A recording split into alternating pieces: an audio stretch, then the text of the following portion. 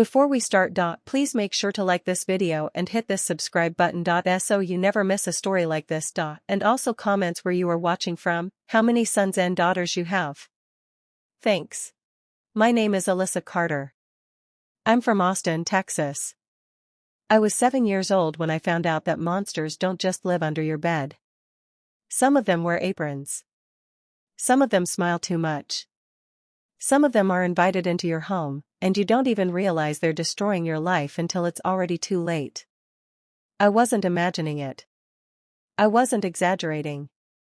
And I sure as hell wasn't confused. Because when you're 7 years old, and a grown man twice your size is pinning you down in the laundry room, you know exactly what's happening. You know it's wrong. And you know that no one's coming to save you. Get off me! I screamed, scratching, kicking, doing everything I could as Carlos, the man who cleaned our house, drove me to school, made my lunches, held me down with one hand and covered my mouth with the other. Stop. I'll tell my mom. I'll scream.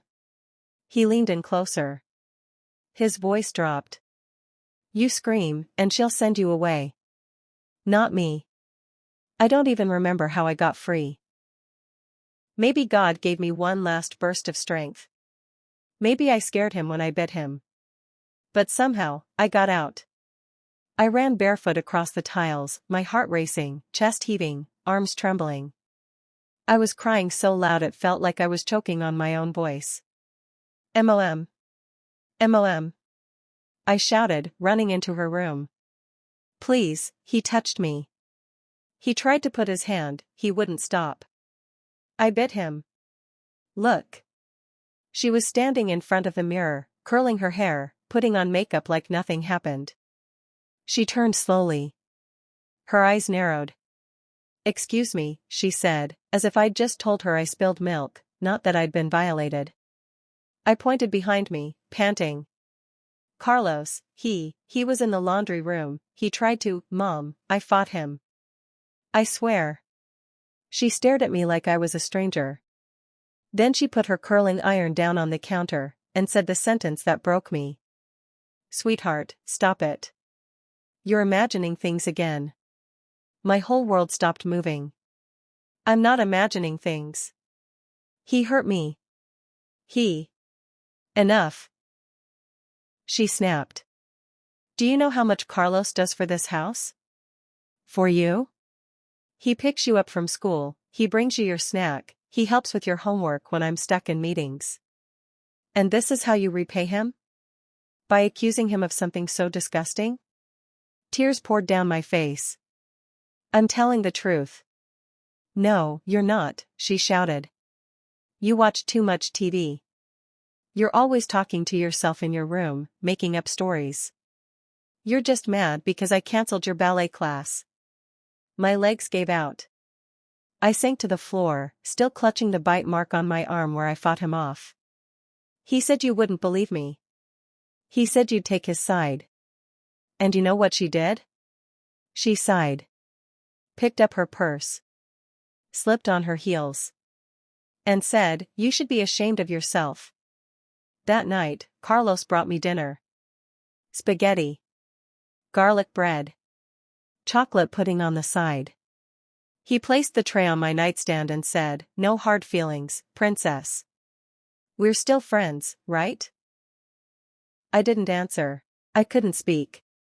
I just stared at the plate, my appetite gone, my stomach turning. And my mother? She came in later that night, kissed me on the forehead, and said, don't ever lie like that again. So let me say this now, to every adult watching. If your child ever comes to you with a story that sounds outrageous, crazy, or too dramatic, listen. Believe them. Investigate. Ask questions. Because I was silenced at 7. And after that, things only got worse. Please don't scroll past this story. If you're a parent, this could be your child. If you're a survivor, this could be your healing. I was ignored. But maybe, just maybe, someone hearing this today won't be. Because the truth always finds its way out. Even if it takes years. After that night, everything changed. But not in the way I hoped. Carlos didn't get fired.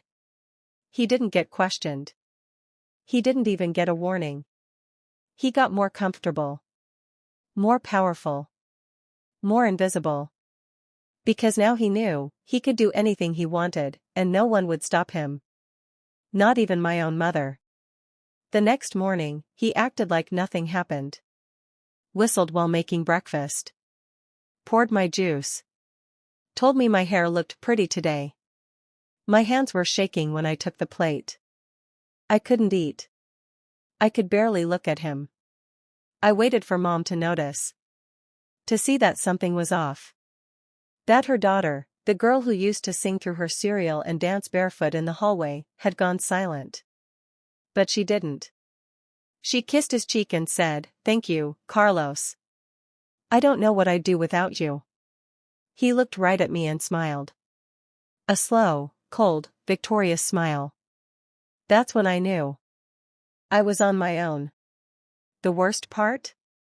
I started to blame myself. Maybe I was imagining it. Maybe it wasn't as bad as I thought. Maybe I'd misunderstood something. That's what he kept whispering in those days that followed. "You made it weird, Alyssa. I was just playing around. Don't you like me?" I'd sit in my room, knees hugged to my chest, telling myself to forget it. But at night, when the house got quiet, I heard the door to my room creak open.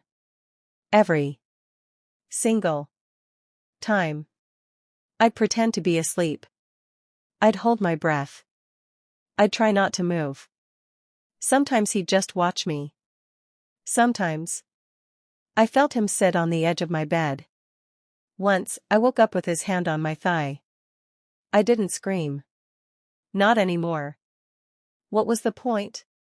Every time I even mentioned his name, my mom would shut me down. "He's helping us, Alyssa," she'd say.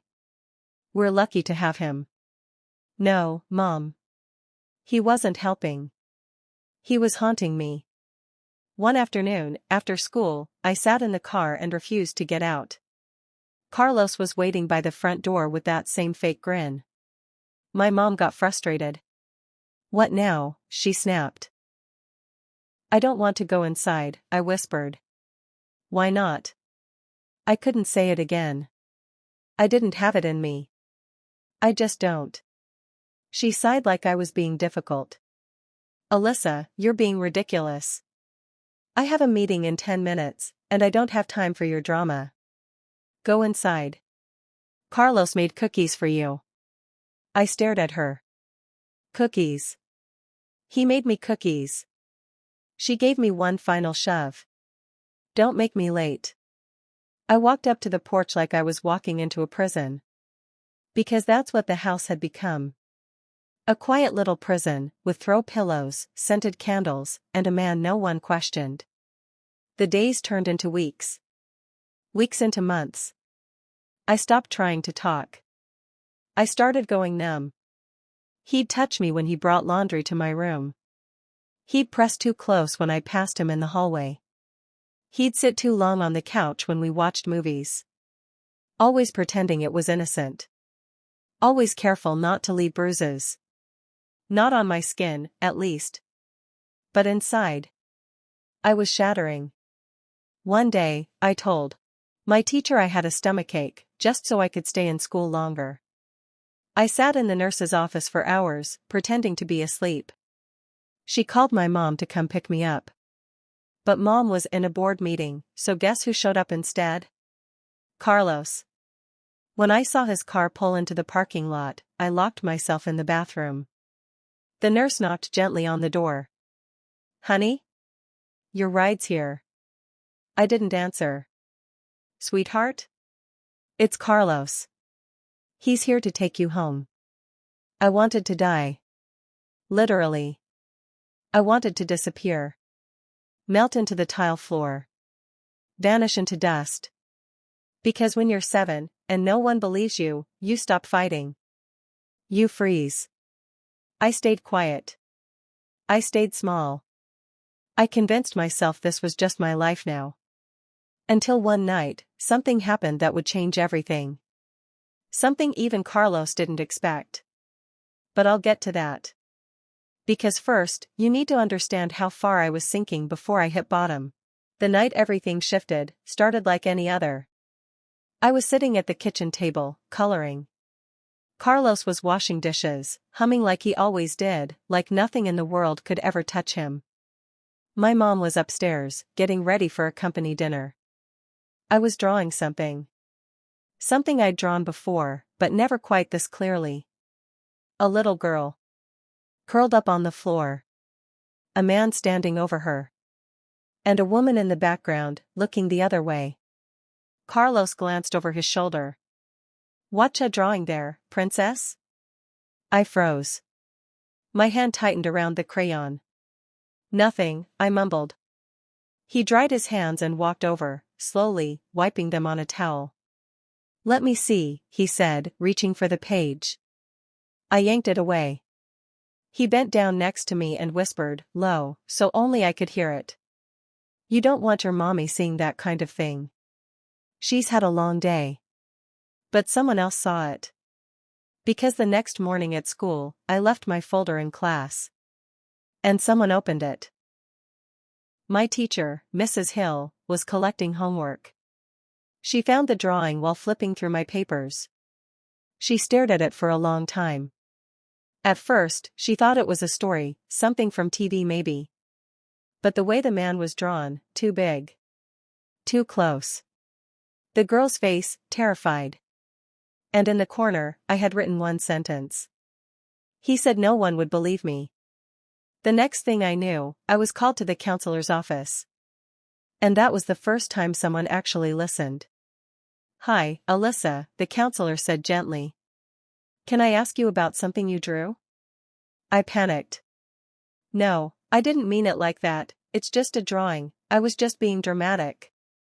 She held up her hands. "It's okay. You're not in trouble. I just want to understand it. That's all. Can you tell me who the man is in this picture?" I started shaking. I wanted to lie. I wanted to say it's nobody. But I looked at her face. The softness. The patience. And something cracked open inside me. I whispered his name. "Carlos." She paused. Her smile faded. She nodded slowly. And I knew, she believed me. That was the first time in over a year I felt like I could breathe. What happened next happened fast. Too fast for my mother to control the narrative. They called her in. She stormed into the office, furious. "What is this? You dragged me out of a pitch meeting because of a drawing?" The counselor looked her dead in the eyes and said, "Your daughter has made a very serious disclosure, ma'am." "I told you," my mother hissed, shooting me a glare. "She makes things up. She's always been dramatic. You're feeding into her delusions." But Mrs. Hill stepped in. Calm. Direct. "No, Mrs. Carter. We believe her." That was the moment my mom's face changed. For the first time, she wasn't angry. She looked scared. The school contacted CPS. An official investigation began. Carlos was questioned. And like the coward he was, he ran. Disappeared. Left town before police could get a statement. Just vanished, like the shadow he'd always been. But his fingerprints were all over the house. On my drawings. On my bedsheets. On the inside of a laundry room door. My mom didn't talk for 3 days. She sat in the living room, staring into nothing, while I stayed in my room, waiting. Waiting for her to say something. Anything. Even "I'm sorry." But she didn't. When she finally knocked on my door, she didn't bring cookies. She didn't bring hugs. She brought guilt. "Alyssa," she said softly, "why didn't you tell me again? After the first time?" I looked at her, heartbroken. "Because you already didn't believe me. Let me say this clearly to every adult watching. When a child tells you something uncomfortable, when a child shows you something confusing, Don't brush it off. Don't shame them. Don't let your pride blind you from their pain. Because protecting your reputation won't undo the damage. But protecting your child might save their life. The house felt different after Carlos left. Quieter, but not peaceful. Empty, but not safe. The shadow of him still clung to every doorknob, every blanket, every hallway I once ran through barefoot. It didn't feel like home anymore. It felt like a crime scene no one ever taped off. And worst of all, my mom wouldn't look me in the eyes. Not even once. She tiptoed around me like I was a reminder of something she wanted to forget. She cleaned obsessively. Rearranged furniture. Bought new sheets. But none of it changed what happened. None of it erased the year she chose him over me. One night, I came down to get water. She was sitting on the couch in the dark, holding a photo of us. One from when I was 5, before things went wrong. Before he showed up. Before I stopped smiling in pictures. She didn't hear me come in. I saw her shoulders shaking. I heard a sound I'd never heard before from her. She was crying. I stood there frozen. Part of me wanted to run. The other part just wanted to finally hear her say it. She turned, wiping her face. You should be asleep. I took a step closer. So should you. She laughed bitterly under her breath. Yeah. Well. Moms don't sleep when they've ruined everything. That was the first real thing she'd said in weeks. I didn't say anything. I didn't know if I should. But then she whispered, he fooled me, Alyssa. He fooled me so bad. I thought he loved this family. I thought he loved you. I stared at her. No.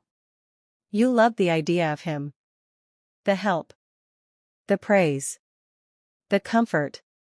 You didn't see me. She looked like she'd been slapped. I stepped forward.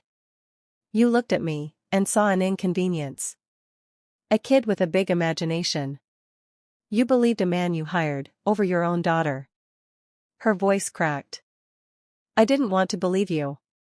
You didn't try to. I said louder than I meant to.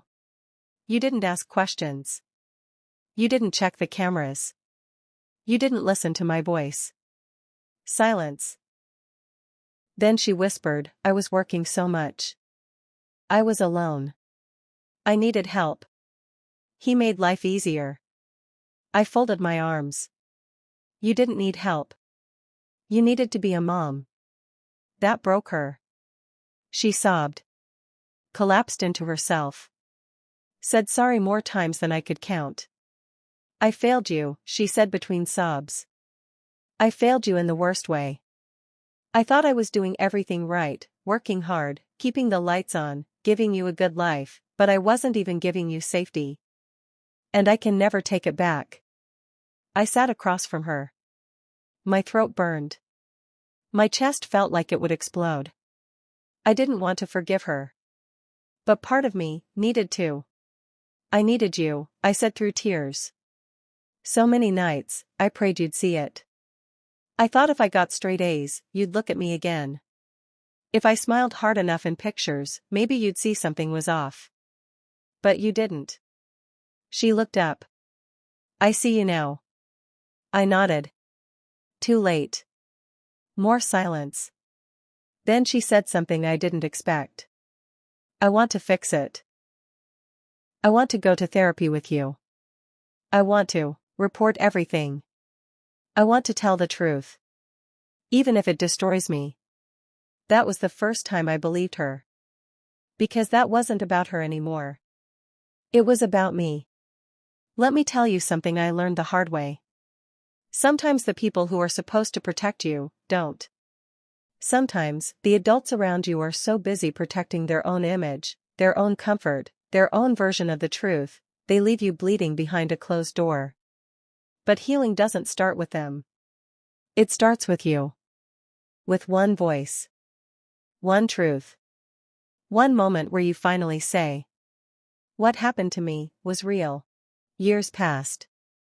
And time didn't erase what happened, but it taught me how to survive it. Therapy became my second home. I learned how to breathe again. How to sleep with the lights off. How to speak without trembling. But most of all, I learned something no one ever taught me as a child. That I deserved to be heard. Carlos was eventually tracked down 3 years later, hiding in another state, working under a different name. There were other girls. Other families. Other imaginations he'd preyed on. But my testimony helped end that. He went to prison. He lost everything.